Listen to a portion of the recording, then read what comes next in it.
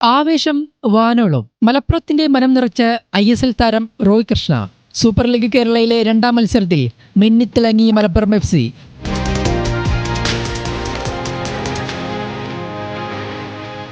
നിറഞ്ഞു കവിഞ്ഞ പയ്യനാട് സ്റ്റേഡിയത്തെ ആവേശത്തിലാക്കുന്നതായിരുന്നു മലപ്പുറം തൃശൂർ മത്സരം. തൃശൂരിന്റെ മുന്നേറ്റം കണ്ട പോരാട്ടത്തിൽ കിട്ടിയ അവസരം മുതലാക്കുകയായിരുന്നു മലപ്പുറം.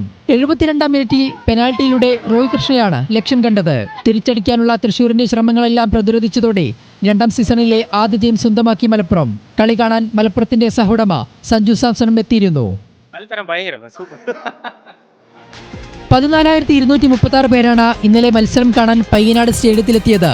ആരാധകർക്ക് നന്ദി പറഞ്ഞ് Roy Krishna. Good, I think the 12 men helped us today.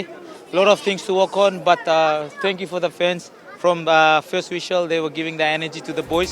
Team മികച്ച പ്രകടനം കാഴ്ചവെച്ചതായി മലപ്പുറത്തിന്റെ സ്കൗട്ടിംഗ് ഡയറക്ടർ അനസ് എടത്തൊടിക. സന്തോഷം, 3 പോയിന്റ് കിട്ടിയതിൽ ഒരുപാട് സന്തോഷം. തൃശ്ശൂർ നല്ല ഗെയിമാണ് കളിച്ചത്, ഒപ്പണന്റ് നന്നായിട്ട് കളിച്ചു.